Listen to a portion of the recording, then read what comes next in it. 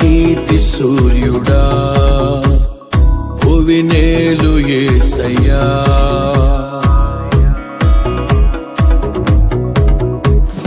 నా నీతి సూర్యుడా భువినేలు యేసయ్యా, సరిపోల్చలేను నీతో కనులైన వారిని.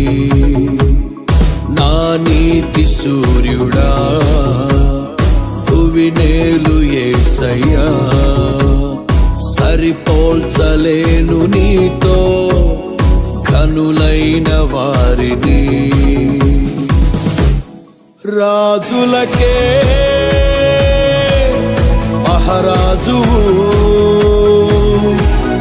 కృప చూపే దేవుడవు, నడిపించే నజరేయుడా, కాపాడే కాపరివి. నా నీతి సూర్యుడా భువినేలు యేసయ్యా, సరిపోల్చలేను నీతో కనులైన వారిని. రాజులకే మహారాజు కృప చూపే దేవుడవు, నడిపించే నజరేయుడా, కాపాడే కాపరివి.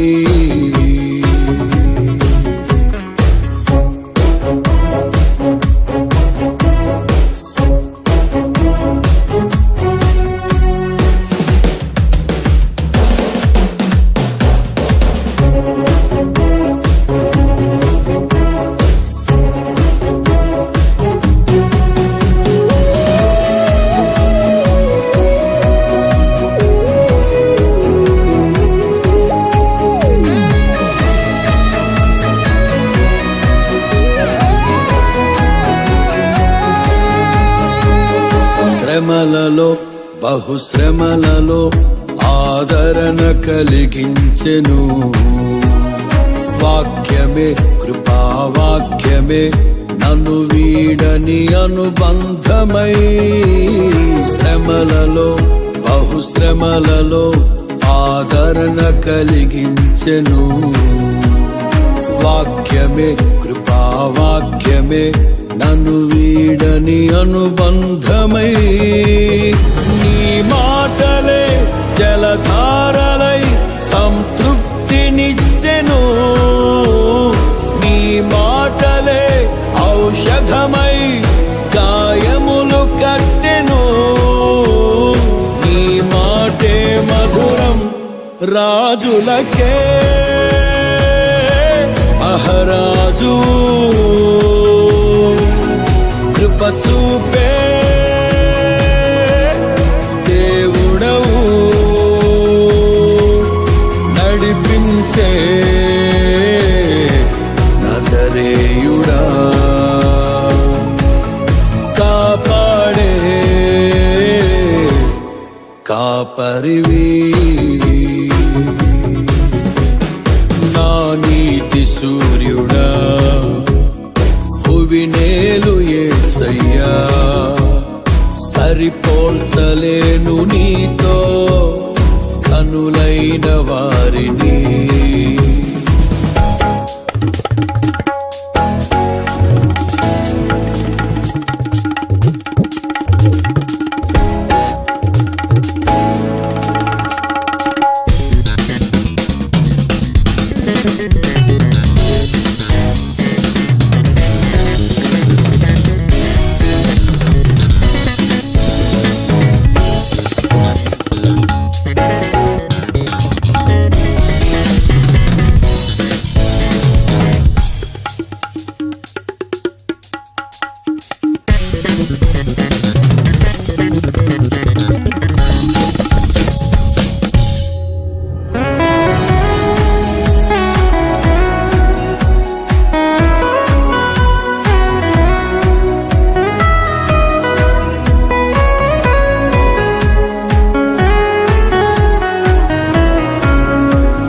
మేలుకై సమస్తమును జరిగించుచున్నావు నీవు ఏదియు కొదువ చేయవు నిన్నాశ్రయించిన వారికి మేలుకై సమస్తమును జరిగించుచున్నావు నీవు ఏదియు కొదువ చేయవు నిన్నాశ్రయించిన వారికి భీకరమైన కార్యములు చేయుచున్నవాడా సజీవుడవై అధిక స్తోత్రము పొందుచున్నవాడా కనపరతును నిన్నే ప్రేమించే యేసయ్యా నీవుంటే చాలునయ్యా నడిపించే నజరేయుడా కాపాడే కాపరివి నా నీతి సూర్యుడా భువినేలు యేసయ్యా సరిపోల్చలేను నీతో కనులైన వారిని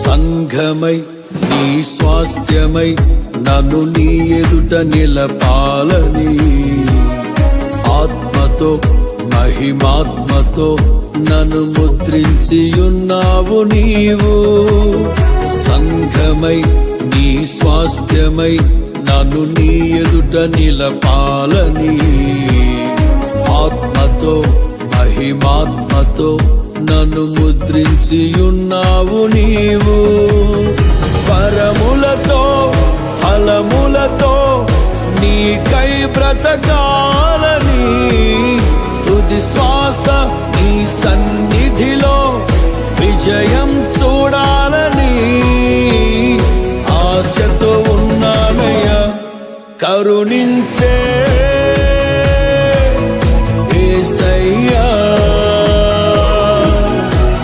కోసమే జీవితం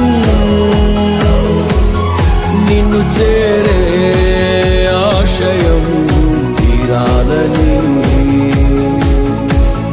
నిన్ను చూసే ఆ క్షణం రావాలయ్యా. నా నీతి సూర్యుడా భువినేలు యేసయ్యా, సరిపోల్చలేను నీతో ధనులైన వారిని. క్రీస్తునందు ప్రియ దేవుని జనాంగమా, యేసు క్రీస్తు నామమున మీకు శుభములు. ప్రభువు వారి అత్యంత కృపను బట్టి మరి వారం వారం యూట్యూబ్ ద్వారా మిమ్మల్ని సంధించడానికి, పలకరించడానికి, ప్రభు మాటలు చెప్పడానికి యేసు ప్రభు ఇస్తున్న ఈ కృపను బట్టి దేవుడికి ఎంతగానో స్తోత్రాలు, వందనాలు చెల్లిస్తూ ఉన్నా. దేవాది దేవుడు మీ కుటుంబాలను, మిమ్మలను, మీ పనుల్లో, రాకపోకల్లో మిమ్మల్ని కాపాడుతున్నందుకు ఆయనకి ఎంతగానో స్తోత్రాలు చెల్లిస్తూ ఉన్నా. అనేక పర్యాయాలు మనకి అనవసరమైన భయాలు, అనవసరమైన ఆందోళనలు మనకుంటున్నాయి. కానీ మన పట్ల దేవాది దేవుడు, మన సృష్టికర్త, మన రక్షకుడైన యేసుక్రీస్తుకుండే అమోఘమైన, అద్భుతమైన ఆలోచనలు బట్టి మీరు ఎప్పుడైనా ఆలోచించారా? ఆయన ఏమేమో మన పట్ల, మన కుటుంబాల పట్ల చేయాలని, తుదకు దాని ద్వారా ఆయన మహిమ తెచ్చుకోవాలని, చివరకు పరలోకానికి నడిపించాలని ఆయన కోరుకుంటూ ఉన్నాడు. అందును బట్టి ప్రభువుకి స్తోత్రాలు. ప్రియులారా, మరి నేటి దినమునకై ఏర్పాటు చేయబడిన వాక్య భాగము ఇర్మియా గ్రంథం 33వ అధ్యాయం 14 నుండి 16 వచనాలు ఇలాగూ రాయబడినది. యెహోవా వాక్కు ఇదే, ఇశ్రాయేలు వంశస్థులను గూర్చియు యూదా వంశస్థుల గూర్చియు నేను చెప్పిన మంచి మాట నెరవేర్చు దినములు వచ్చుచున్నవి. ఆ దినములలో, ఆ కాలమందే నేను దావీదునకు నీతి చిగురును మొలిపించెదను. అతడు భూమి మీద నీతి న్యాయములను అనుసరించి జరిగించును. ఆ దినములలో యూదా వారు రక్షింపబడుదురు. యెరూషలేము నివాసులు సురక్షితముగా నివసింతురు. యెహోవాయే మనకు నీతి అని యెరూషలేమునకు పేరు పెట్టబడును. ప్రభువా, ఈ మాటలను మా వినికిడిలో, నీ ప్రియ జనాంగం వినికిడిలో ఆశీర్వదించండి. యేసు, నీ గురించి చెప్పబడుతున్న ఈ మాటల్ని నీవు మరి అర్థమయ్యేటట్టు నీ బిడ్డలకు బయలుపరచవా? పరిశుద్ధాత్మదేవా, నా యజమాని, నన్ను మరుగుపరిచి నా నోటిని నీ మాటలతో నింపవా? ఈ మాటలు వినేవారికి ఆదరణ, ఓదార్పు కలిగించి మాయం పొందండి. యేసు నామమున అడుగుచున్నాం తండ్రి, ఆమేన్. ఇప్పుడు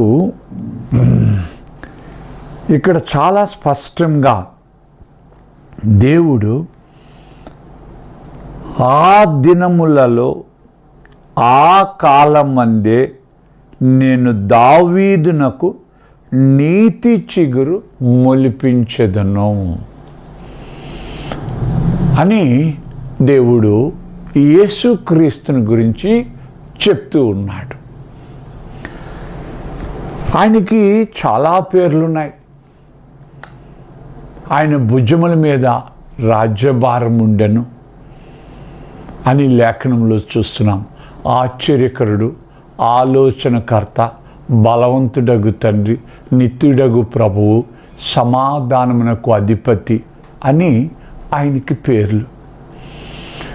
యేసు ప్రభుకి గొర్రెపిల్ల, దేవుని గొర్రెపిల్లని, లోక పాపములు మోసుకుని పోవు దేవుని గొర్రెపిల్లని, మరి వదకు తేబడిన గొర్రెపిల్లని రకరకాలుగా మనం చూడగలుగుతున్నాం.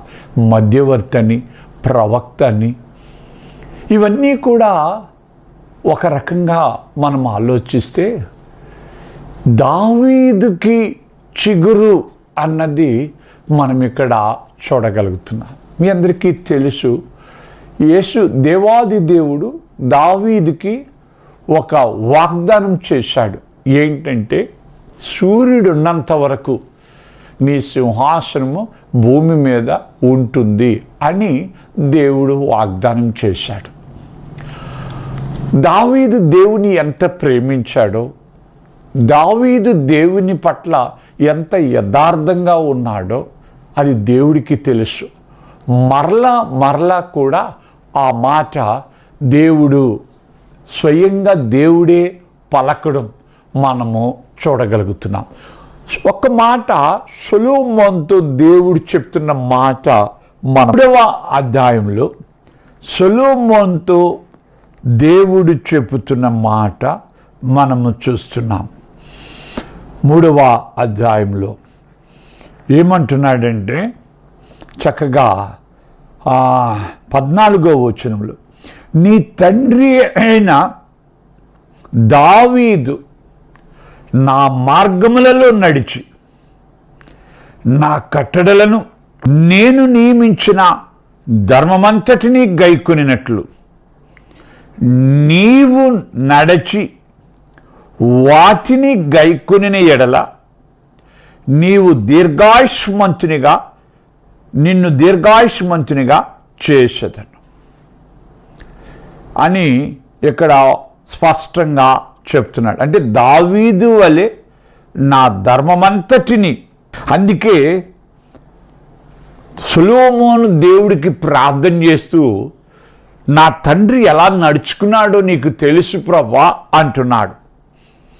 1 రాజుల గ్రంథం 3వ అధ్యాయం 6వ వచనంలో, నీ దాసుడును నా తండ్రి అయిన దావీదు నీ దృష్టికి అనుకూలముగా సత్యమును నీతిని అనుసరించి యథార్థమైన మనసు గలవాడై ప్రవర్తించను గనక నీవు అతని ఎడల పరిపూర్ణ కటాక్షము అగ్గుపరచు. అది అంటే ఏంటంటే, బైబిల్లో రాజులు చాలామంది ఉన్నారు, ప్రవక్తలు చాలామంది ఉన్నారు, దేవుని బిడ్డలుగా పిలువబడిన వాళ్ళు ఉన్నారు, ఇశ్రాయేలు జనాంగముగా చాలామంది ఉన్నారు. కానీ కొంతమంది వ్యక్తులు పరిశుద్ధ గ్రంథంలో గొప్పవారు అవ్వగలిగారంటే దేవుని దృష్టినే వారు మరి ఆకర్షించగలిగారంటే, దేవుని దృష్టిలో వాళ్ళు మంచివాళ్ళు అని అనిపించుకోగలిగారంటే వారి దగ్గర కొన్ని మంచి లక్షణాలని మనం చూడాల్సిన వారమన్నా. ఆ లక్షణాల్లో దావీదు దగ్గర కూడా చూస్తున్నాం. ఏంటంటే, సొలొమోను అన్న మాటలు, నీ దృష్టికి అనుకూలముగా సత్యము నీతిని అనుసరించి యథార్థమైన మనస్సు గలవాడాయి. ఈ 3 దావీదుని గురించి సొలొమోను దేవుడి దగ్గర చెప్తున్నాడు. సత్యం, నీతి, యథార్థత. ఇప్పుడు తర్వాత చాలామంది రాజులు వచ్చారు. వారు చాలా తప్పులు చేశారు, చాలా పొరపాట్లు చేశారు, అన్యాయం చేశారు, అక్రమం చేశారు. అవన్నీ బైబిల్లో కూడా రికార్డ్ అయినాయి. కానీ చాలా సంవత్సరాల తర్వాత నీతి చిగురు అనగా దావీదు వంశంలో ఒక చిగురు, ఒక బిడ్డ, ఒక కుమారుడు పుట్టబోతున్నాడు. మరి ఆయనే యేసుక్రీస్తు. ఆయనకు పేరు పెట్టబడ్డది ఏమనంటే నీతి చిగురు. ఆ వర్డింగ్ చాలా బాగుంది. మామూలుగా పరిశుద్ధుడు అంటాం, ఆయనకి పరిశుద్ధుడు, ఏ పాపం ఎరగినవాడు, సమాధానకర్త అని రకరకాల పేర్లు ఉన్నాయి. కానీ ఇక్కడ నీతి చిగురు అన్న వాడబడ్డది. ఏమంటే ఆయన చాలా నీతిగా యథార్థంగా ఉంటాడు అన్నది మనము చూడగలుగుతున్నాం. ఇర్మియా గ్రంథంలో మనం చదివిన 33వ అధ్యాయంలో 16వ వచనంలో ఆ మాట అంటున్నాడు, ఆ దినములలో యూదా వారు రక్షింపబడుదురు. What does it mean?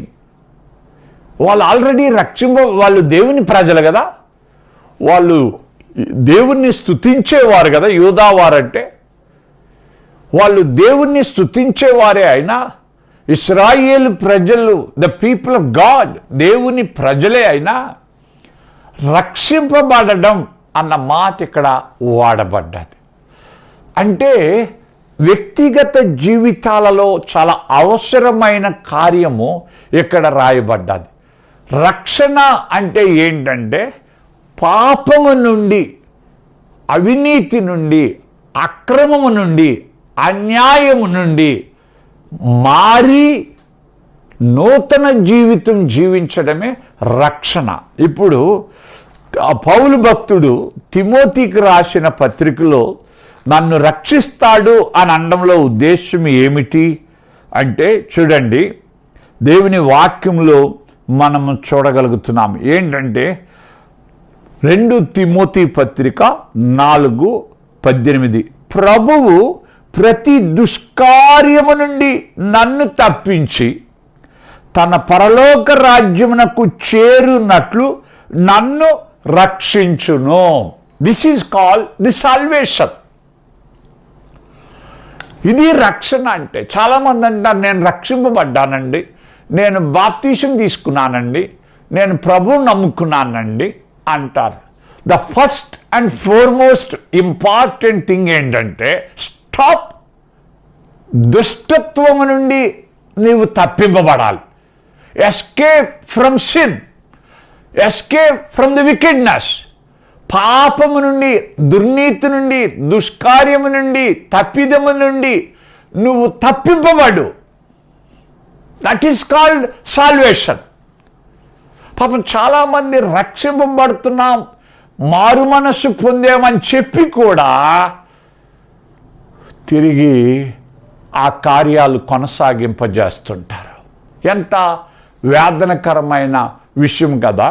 యూదా పత్రికలో యూదా భక్తుడు ఆ మాట రాస్తాడు. పాపం అంటే 5వ వచనంలో ఇశ్రాయేలీల గురించి రాస్తాడు. చూడండి, యూదా పత్రికలో 5వ వచనంలో, ఈ సంగతులన్నీ మీరు ముందటినే ఎరిగినను నేను మీకు జ్ఞాపకము చేయగోరుచున్నదేమనగా, ప్రభువు ఐగుప్తులో నుండి ప్రజలను రక్షించినను వారిలో నమ్మకపోయిన వారిని తరువాత నాశనము చేసెను.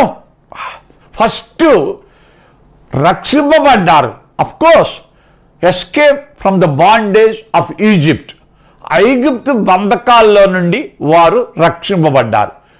కానీ వారు ఎలా నాశనమయ్యారంటే దేవుని నమ్మకపోవడం వల్ల నాశనమయ్యారు. ఇప్పుడు యేసు ప్రభు నీతి చిగురు అని అనడంలో ఉద్దేశం ఏమిటంటే, ఆయన నమ్ముకున్నవారు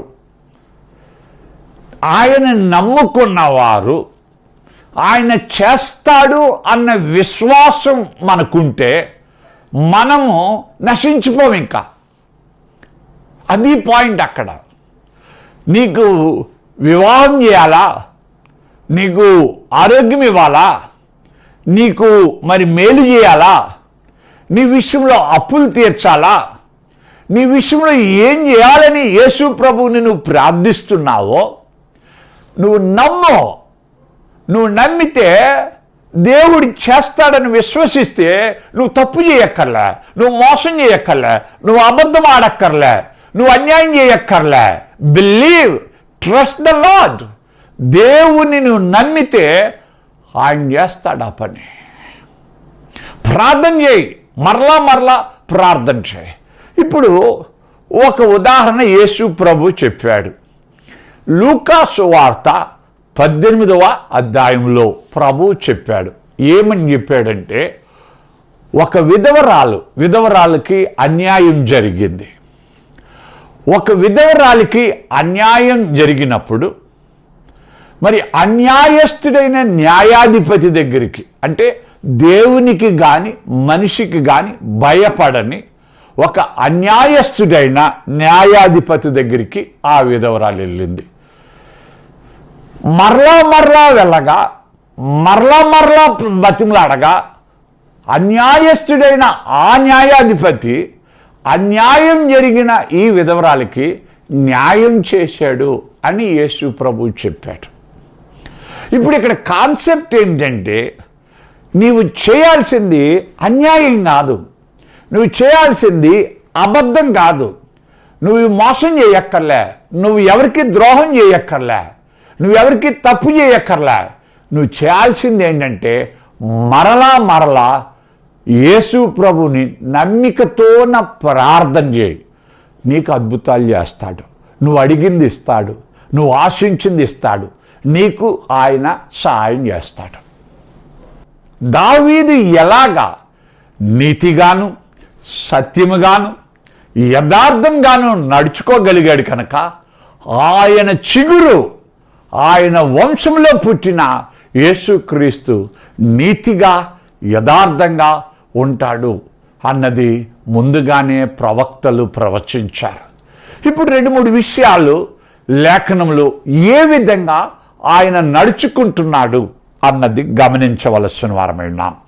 మొట్టమొదటిగా ప్రియ దేవుని జనాంగమా, ఇర్మియా గ్రంథం 23వ అధ్యాయం 5వ వచనంలో రాయబడిన మాట, రాబో దినములలో నేను దావీదునకు నీతి చిగురును పుట్టించెదను, అతడు రాజై పరిపాలన చేయును, అతడు వివేకముగా నడుచుకొనుచు కార్యము జరిగించును, భూమి మీద నీతి న్యాయములను జరిగించును.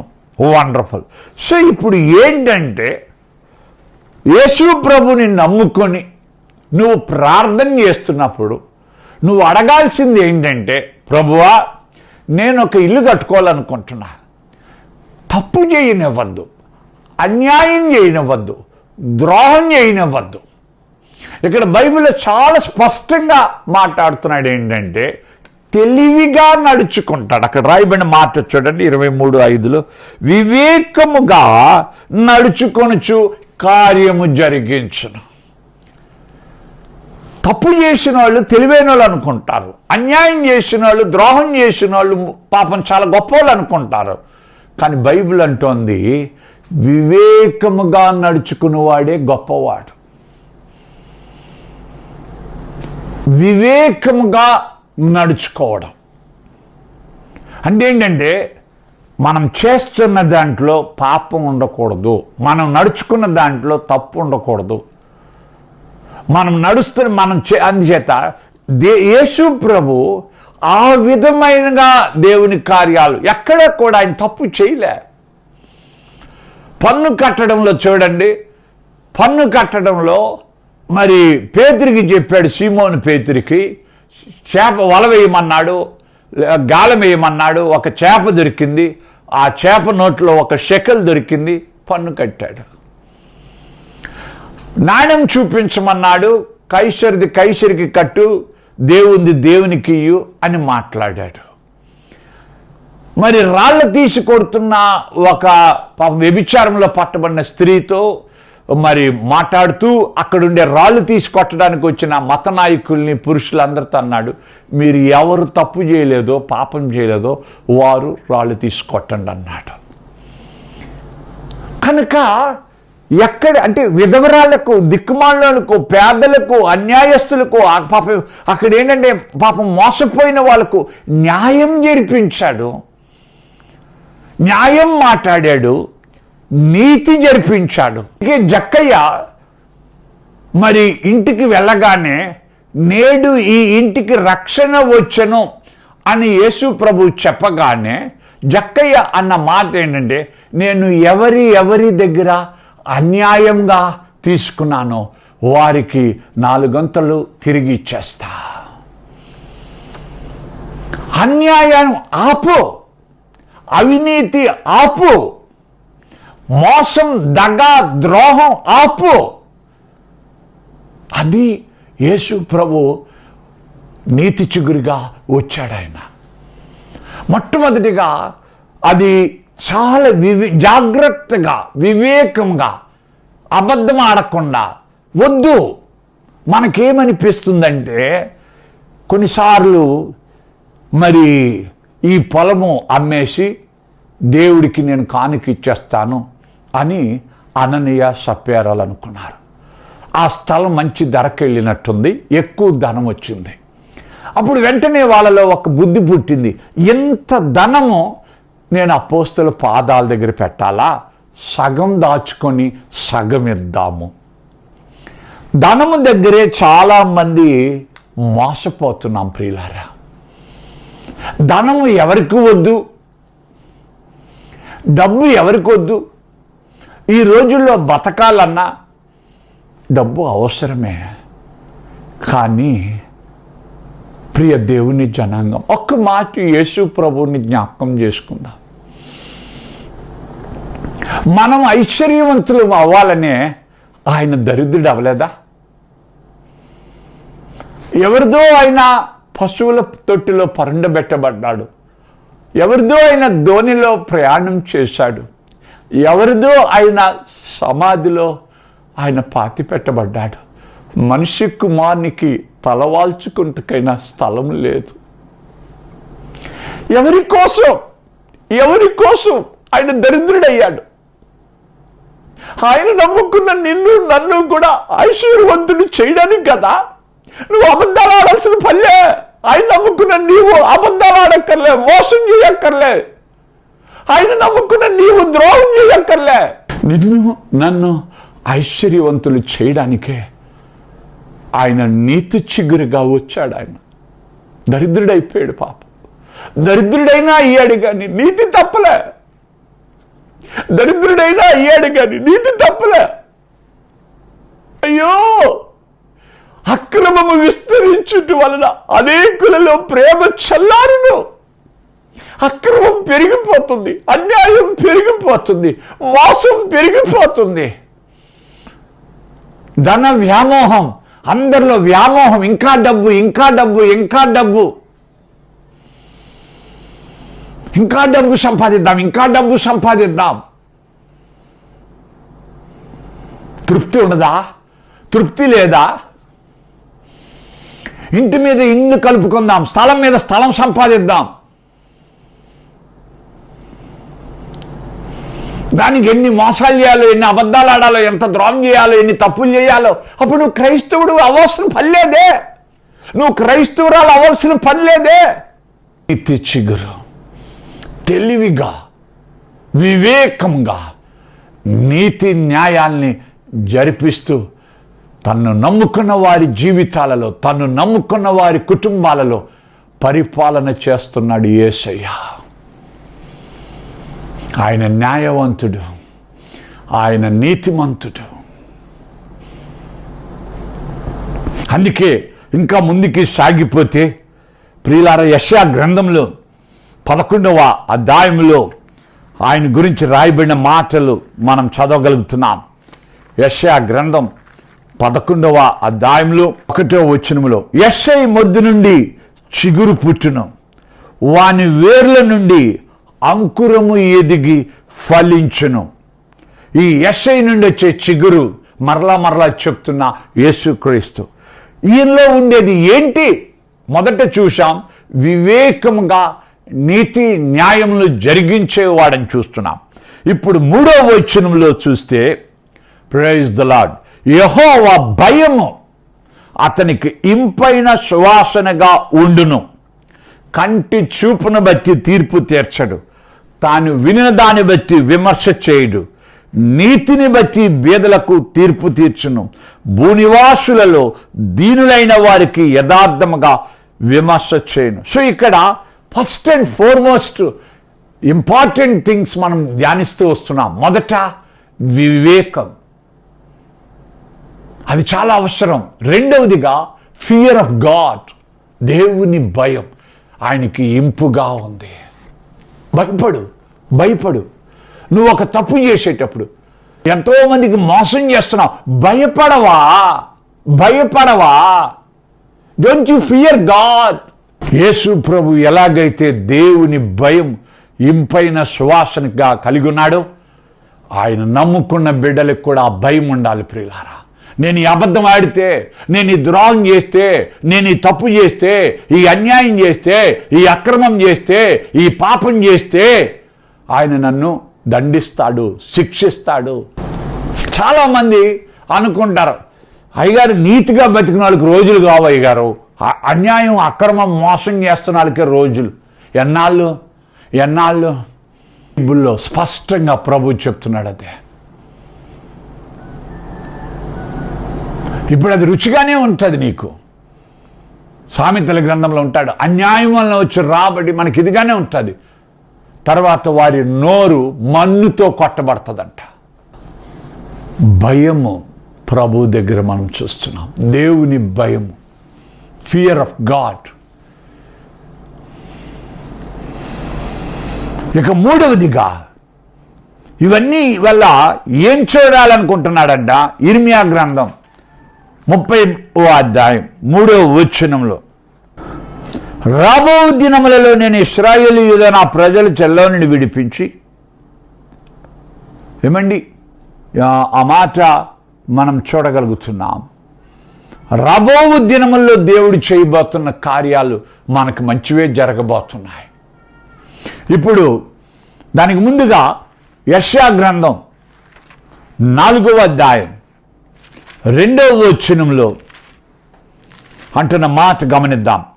ఆ దినమున యెహోవా చిగురు మహిమయు భూషణమగును. సో ఈ చిగురు always looks at the glory of God. మన జీవితాల ద్వారా, మన కుటుంబాల ద్వారా దేవునికి ఎట్లా మహిమ. నువ్వున్న స్థలంలో ఆయనకి సాక్షిగా నువ్వు బతకాలి. నువ్వున్న ప్రాంతంలో, నువ్వున్న కుటుంబంలో, నువ్వు మీ బంధువుల మధ్య, నీ స్నేహితుల మధ్య, నీ కొలీగ్స్ మధ్య, you be a witness for Jesus. యేసుక్రీస్తుకి నువ్వు సాక్షిగా ఉండాలి. పాపం మాటిచ్చి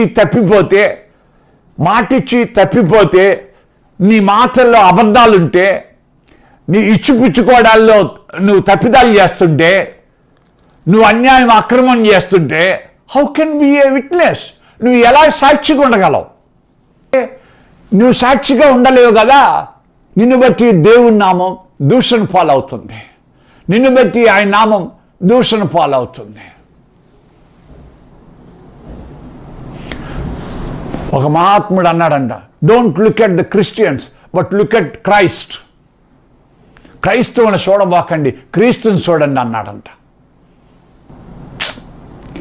ప్రభు కోరుకునే మహిమ, ప్రభు కోరుకునే సాక్ష్యం, ప్రభు కోరుకునే ఘనత మన జీవితాల్లో, మన కుటుంబాల్లో దొరకటం లేదేమో పాపం.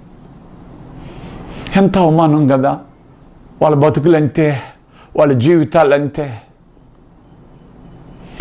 ఒక ఆయన ప్రార్థన చేసినాడంట, ప్రభా మా ఆఫీసులో ఉండే క్రిస్టియన్స్ కానీ పరలోకానికి వెళ్తారంటే ఆ పరలోకం నాకు వద్దు అన్నాడంట. మా ఆఫీసులో ఉండే క్రిస్టియన్స్ పరలోకానికి వెళ్తానంటే అలాంటి పరలోకం నాకు వద్దు అన్నాడంట. ఏమయ్యా అంటే, ఎక్కడైనా లంచాలు తీసుకుంటా ఉంటే, అబద్ధాలు ఆడుతూ ఉంటే, మోసాలు చేస్తూ ఉంటే వీళ్ళు పరలోకానికి వెళ్తారా? యేసుబాబు తీసుకెళ్తాడు వీళ్ళని.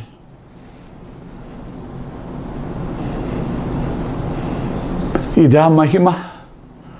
ఇదా యేసయ్యకి మహిమ? కొన్నిసార్లు కొంతమంది అంటారు, ఎవరేమనుకున్నా పర్వాలేదు అయ్యగారు. అయ్యేంటది? బట్టి నేను క్రైస్తవుడిగా, క్రైస్తవురాలుగా బతుకుతానంటే ఇలాంటి జీవితాలు మనకు అవసరమా? పాపం దేవుడు మన గురించి ఎన్నెన్నో ప్రణాళికలు కలిగి ఉన్నాడు కదా, ఏమేమో చేయాలని ఆశపడుతున్నాడు కదా. ఇప్పుడు మూలవాక్యంలోనికి ఒక్క మాట వెళ్తే, ఇర్మియా గ్రంథం 33వ అధ్యాయం 14వ వచనంలో అంటున్నాడు. పాపం ఇర్మియా గ్రంథం 33వ అధ్యాయం 14వ వచనంలో ఇదే ఇశ్రాయేలు వంశస్థులను గూర్చి యూదా వంశస్థులు గూర్చి నేను చెప్పిన మంచి మాట నెరవేర్చు దినములు వచ్చుచున్నవి. మీకు ఇచ్చిన వాగ్దానాలు నేను నెరవేర్చబోతున్నా. మిమ్మల్ని గురించి నేను చెప్పిన మంచి మాటలు నెరవేరే దినాలు రాబోతున్నాయి. మీరు ఆశీర్వదింపబడబోతున్నారు. మీరు మేలు చూడబోతున్నారు. మీరు అభివృద్ధిలోనికి రాబోతున్నారు. దేవుని జనాంగమా, అందుకే ఇర్మియా గ్రంథం 30వ అధ్యాయం 3వ వచనంలో ఇందాక చెప్పినాను నేను. అదే ఇర్మియా గ్రంథం 30వ అధ్యాయం 3వ వచనంలో ఆ మాట మనం చదివినాం. రాబో దినములలో నేను ఇశ్రాయేలు వారును యూదా వారునగు నా ప్రజలను విడిపించి వారి పితరులకు నేను ఇచ్చిన దేశంను వారు స్వాధీనపరుచుకున్నట్లు వారిని తిరిగి రప్పించేదనని యెహోవా సెలవిచ్చుచున్నాడు. కావున నేను నీతో చెప్పిన మాటలన్నిటినీ ఒక పుస్తకంలో రాసించుకో. కావాలంటే రైట్ దెమ్ డౌన్, రాసిపెట్టుకో. నేను ఆశీర్వదిస్తానా లేదో రాసిపెట్టుకో. అవి నెరవేరుతాయో లేదో రాసిపెట్టుకో. మీకు మంచి రోజులు రాబోతున్నాయి. మిమ్మల్ని దేవుడు దీవించబోతున్నాడు. మీ బిడ్డల్ని దేవుడు ఆశీర్వదించబోతున్నాడు. రాసిపెట్టుకో. Write them down.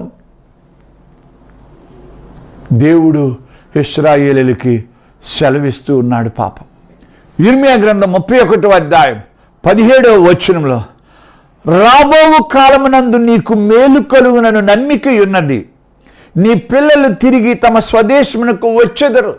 దేవుడు అంటున్నాడు, రాబో కాలమందు నీకు మేలు జరగబోతుందమ్మా, నాకు నమ్మిక ఉంది. సోదరి సోదరుడా, మన దేవుడికి తెలుసు ఏం జరగబోతుందో. దేవుడికి తెలుసు. ఆయన అంటున్నాడు, నీకు మేలు కలగబోతుంది, నీకు మేలు కలగబోతా ఉంది, నీ బిడ్డలకు ఆశీర్వాదం దొరకబోతా ఉంది. ఆ మధ్య ఒక సహోదరుడు నెల్లూరులో తన సాక్ష్యం చెప్పాడు. నాకు చాలా ఆశ్చర్యం వేసింది. నాకు ఆయన అన్య కుటుంబం నుండి యేసు ప్రభువుని నమ్ముకున్నాడు. నమ్ముకున్న తర్వాత తెలిసింది తన వ్యాపారంలో తాను చేస్తున్నది తప్పు అని.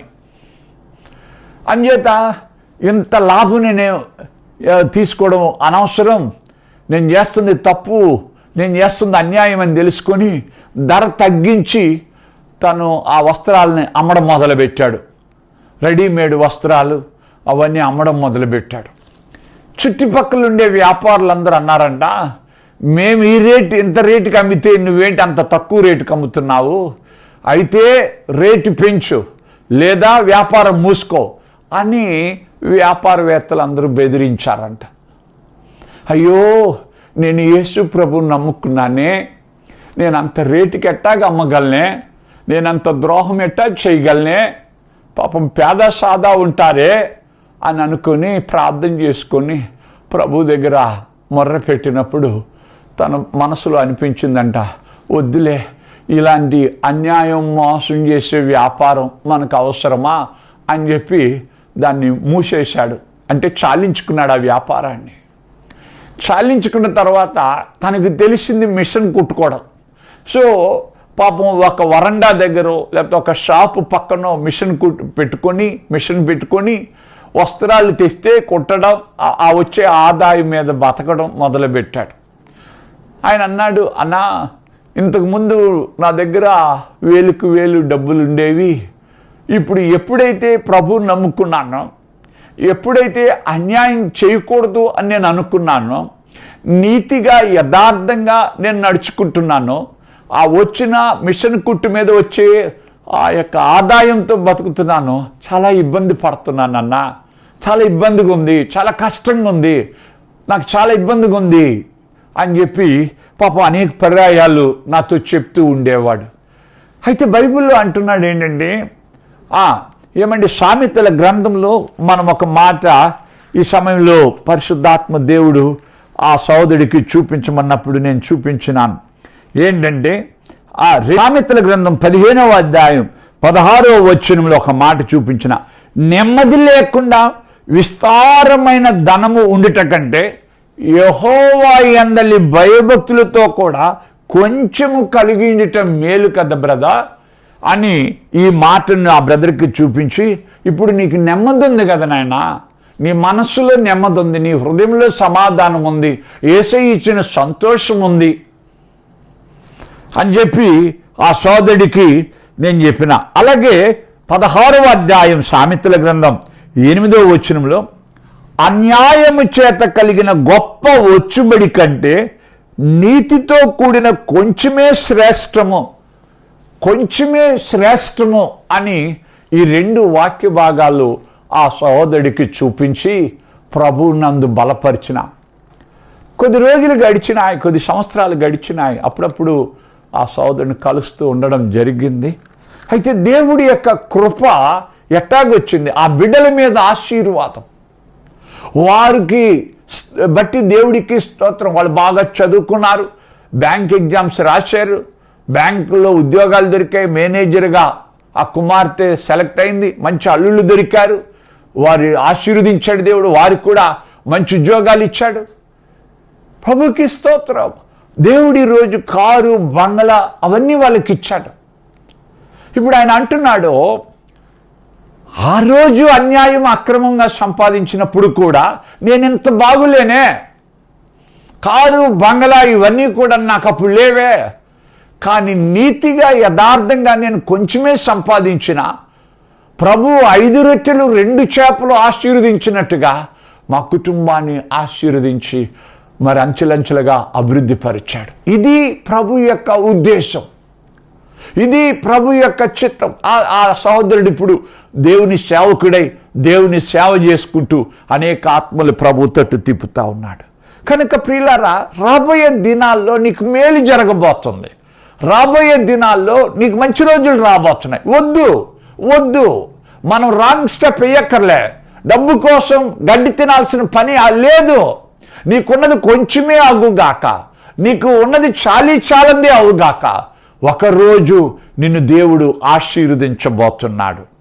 అందుకే ఇర్మియా గ్రంథం 31వ అధ్యాయం 17వ వచనంలో ప్రభు అంటున్న మాట, నీకు మేలు కలుగును అను నమ్మిక నాకుంది, నీ బిడ్డలు తిరిగి వస్తారు, వాళ్ళు బాగుంటారు అని చెప్పడం మనం గమనించగలుగుతున్నాం. అలాగే ఇర్మియా గ్రంథము 29వ అధ్యాయం 11వ వచనంలో అంటున్నాడు, నేను మిమ్మల్ని గూర్చి ఉద్దేశించిన సంగతులను నేను ఎరుగుదును, రాబోవు కాలమందు మీకు నిరీక్షణ కలుగునట్లుగా అవి సమాధానకరమైన ఉద్దేశములే గాని హానికరమైనవి కావు. ఇదే యెహోవా వాక్కు. కనుక మీ గురించి గొప్ప ఉద్దేశాలు నేను కలిగి ఉన్నాను అంటున్నాడు. హబక్కూకు గ్రంథము 2వ అధ్యాయం 3వ వచనంలో, ఆలస్యముగా వచ్చినను దాని కొరకు కనిపెట్టుకోనము, అది తప్పక జరుగును అని దేవుడు సెలవిస్తూ ఉన్నాడు. ప్రియులారా, జరుగుతాయి, ఆశీర్వదింపబడతాం. ఒక ఉదాహరణ పరిశుద్ధాత్మ దేవుడు జ్ఞాపకానికి తెస్తున్నాడు. యాకోబుని గురించి మనం చూద్దాం. మరి యాకోబు అంటేనే మోసగాడు అని అర్థం. చుక్కుడికాయ కూర కోసం లేదా ఎర్రగా ఉండే ఆ వంటకం అన్నకిచ్చి జ్యేష్ఠత్వాన్ని తీసేసుకున్నాడు. అన్నను మోసం చేసి జ్యేష్ఠత్వాన్ని తీసేసుకున్నాడు.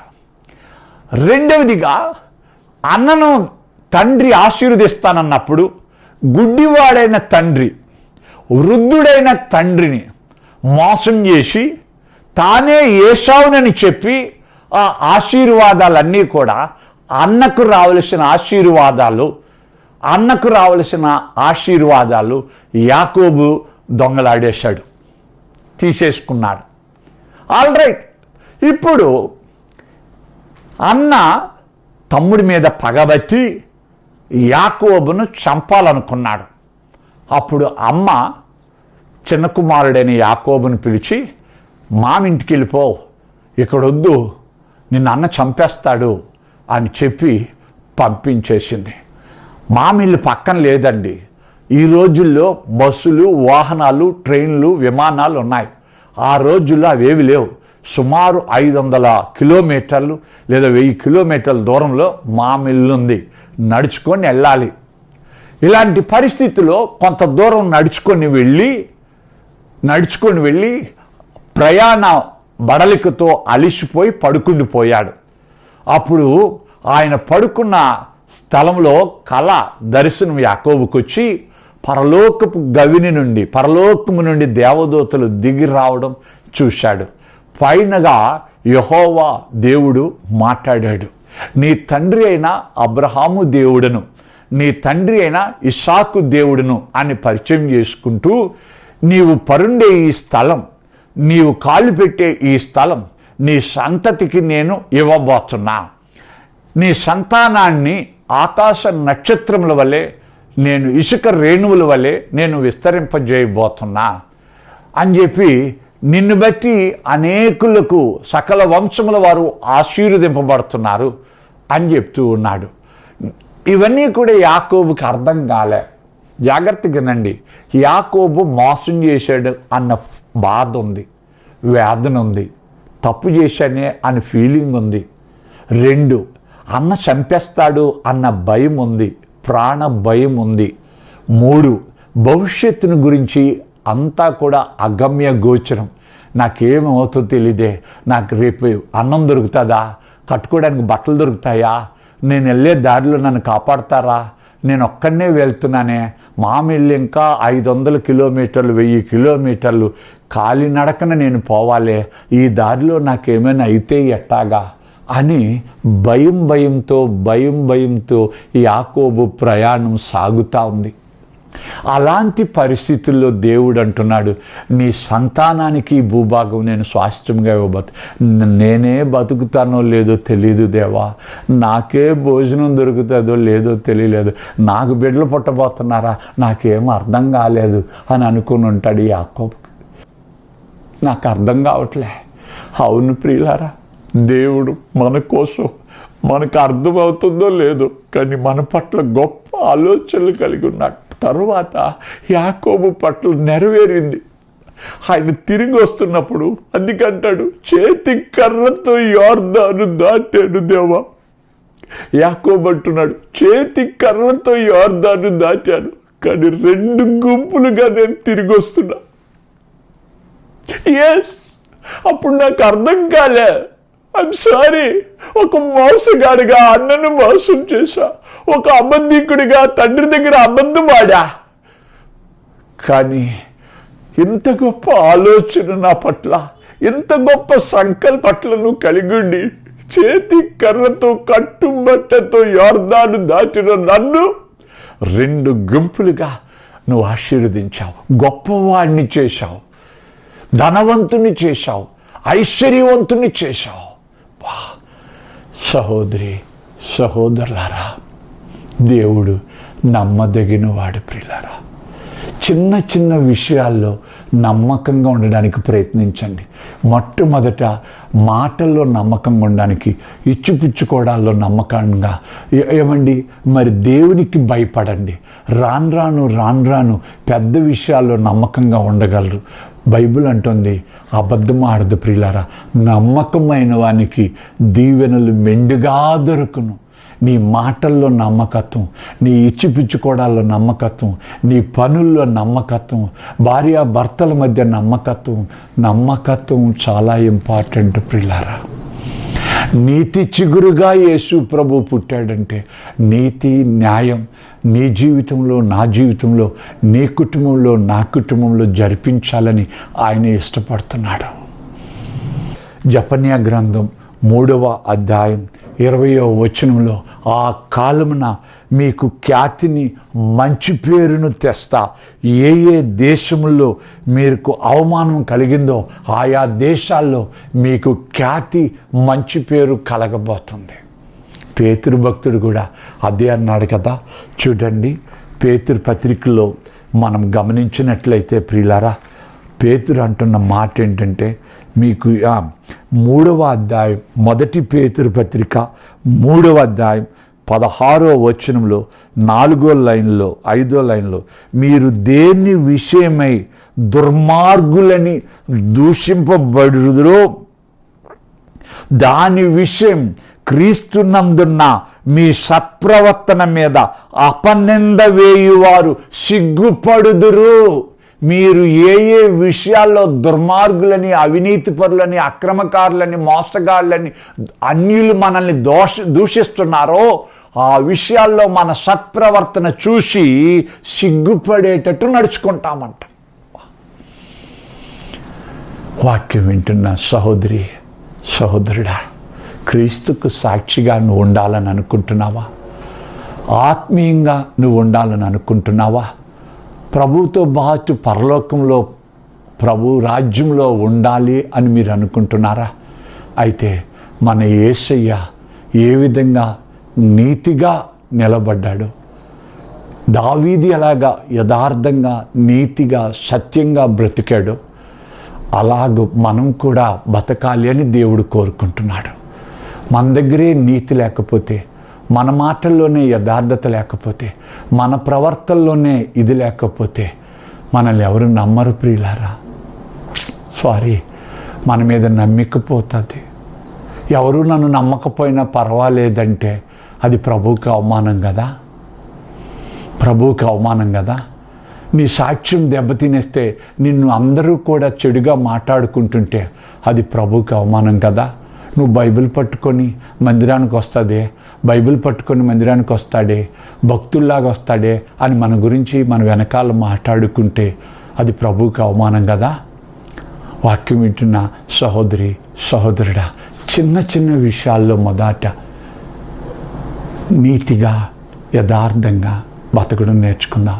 ఇచ్చిపుచ్చుకోవడాల్లో మాటల్లో వద్దు వద్దు. నీ వ్యాపారంలో, నీ ఉద్యోగంలో, నీ ఆఫీసులో, నీ కుటుంబంలో, నీ తోడబుట్టిన వాళ్ళ దగ్గర, నీ ఇరుగు పొరుగు వాళ్ళ దగ్గర నువ్వు లాభం కోసమని, డబ్బు కోసమని మనం తప్పుడు పనులు చేసి శాపం తెచ్చుకోవడం, మన బిడ్డల మీదకి శాపం తెచ్చుకోవడం ఎట్టి పరిస్థితుల్లో మంచిది కాదు ప్రియులారా. అది మనకు ఆశీర్వాదకరం కాదు. చరిత్ర చెప్తుంది అదే, చరిత్ర చెప్తుంది అదే. కనుక అట్టి ఆశీర్వాదం మనం పొందుకోగలమా? ఆలోచించండి. అవును ప్రియులారా, కయీను హేబేలు గురించి మనం చూస్తే కయీను తమ్ముడిని చంపేశాడు, బాగుపడ్డా? దేశదిమ్మరయ్యను బైబిల్లో రాయబడ్డాది. చూసారా?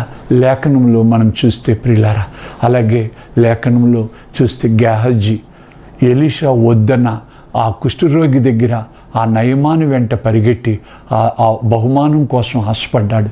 బహుమానం అయితే దొరికింది, కానీ కుష్ఠరోగం తనకి తన పిల్లలకి కుష్ఠరోగం తెచ్చుకోలేదా? ఆలోచించండి ప్రియులారా. ఆకాను పాపం ఆశపడి దాచిపెట్టుకున్నాడు. తనది కాని వస్తువులను అండి, బంగారు కమ్మిని, షీనారు వస్త్రాలను ఇవన్నీ కూడా దాచిపెట్టుకున్నాడు. ఏం జరిగింది బైబిల్లో చూడగలుగుతున్నాం ప్రియులారా, చూడగలుగుతున్నాం కదా. ఇస్కరియోతు యూదా డబ్బు సంచిలోంచి డబ్బులు దొంగలాడాడు. ఏమయ్యాడు? ఉరేసుకుని చచ్చిపోలేదా? బైబిల్ చెప్తుంది, డబ్బు కోసం గడ్డి తిన్నవాళ్ళు, డబ్బు కోసం తప్పు పని చేసిన వాళ్ళు ఎవరు బాగుపడలేదు ప్రియులారా. బిలాము బహుమానము పొందగోరి పాపం త్రోవ తప్పిపోలే. కనుక వద్దు. యేసు ప్రభు నీతి చిగురుగా మన జీవితాల నుండి ఏమి ఆశపడుతున్నాడు? యేసు ప్రభు నీతి చిగురుగా మన నుండి ఏమి ఎదురు చూస్తున్నాడు? నీతి, న్యాయాలు, యథార్థత, ఇది కదా ఆయన కోరుకుంటున్నాడు. రాబోయే దినాల్లో మనల్ని ఆశీర్వదించబోతున్నాడు. రాబోయే దినాల్లో మన కుటుంబాన్ని దీవించబోతున్నాడు. మన పట్ల గొప్ప కార్యాలు, అద్భుతాలు ఆయన చేయబోతున్నాడు. ప్రార్థన చేసుకుందాం. పరిశుద్ధుడా, నువ్వు గొప్ప దేవుడు ప్రభు. నీ కృపాహస్తాలకి మమ్మల్ని మేము అప్పచెప్పుకుంటున్నాం. లేదు డాడీ, ప్రభువా, మమ్మల్ని ఐశ్వర్యవంతులు చేయాలని నువ్వు దరిద్రుడు అయిపోయావు. మేము అబద్ధం ఆడక్కర్లే, మేము అన్యాయం చేయక్కర్లే, మేము మోసం చేయక్కర్లే. నీ కృప కుమ్మరించవా ఈ మాటలు వింటున్న నీ బిడ్డలలో ప్రభా. నీ భయం పుట్టించవా, నీతి న్యాయములు జరిగించవా. నీ సహాయము, నీ ఆశీర్వాదం, నీ కృప మెండుగా బిడ్డలకు దయచేయండి. మా సంఘాన్ని, పెద్దలను యూట్యూబ్ ద్వారా, టీవీ ద్వారా వర్తమానాలు వింటున్న నీ ప్రియ బిడ్డల జీవితాల్లో రాబోయే దినాల్లో నువ్వు కలిగి ఉన్న గొప్ప ప్రణాళికలను, నువ్వు దాచించిన మేళ్ళు, కంటికి కనబడవు, చెవికి వినబడవు, హృదయానికి అగోచరమైన ఆశీర్వాదాలు నీ బిడ్డలకు అనుగ్రహించవా? నువ్వు మహిమ పొందగలను. యేసు నామమున అడుగుచున్నాం తండ్రి, ఆమేన్. మన తండ్రి అయిన దేవుని యొక్క ప్రేమ, ప్రభు అయిన యేసుక్రీస్తు యొక్క కృప, పరిశుద్ధాత్మ కన్యున్న సహవాసం మెండుగా మీకు తోడయుండి బహుగా మిమ్మల్ని ఆశీర్వదించి మీ పట్ల రాబోయే దినాల్లో గొప్ప దీవెనలు దయచేసి ఆయనే మహిమ పొందనుగాక. ఆమేన్.